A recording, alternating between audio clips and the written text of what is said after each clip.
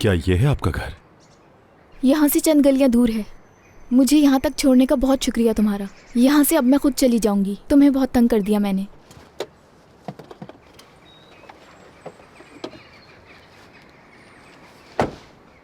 बात सुने,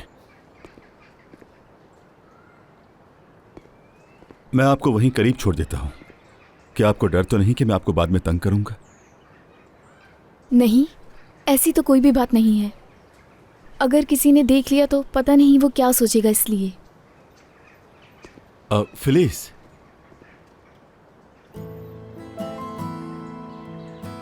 क्या आपका नंबर मिल सकता है? किस लिए? गलत मत समझे आप। शायद हम कभी बात कर लें या बाद में कभी चाय वगैरह पी लें। मेरे पास इन सब चीज़ों के लिए वक्त नहीं होता। तुमने मेरी इतनी मदद की, उसके लिए तुम्हारा बहुत बहुत शुक्रिया। खुदा हाफिज। फिलिस,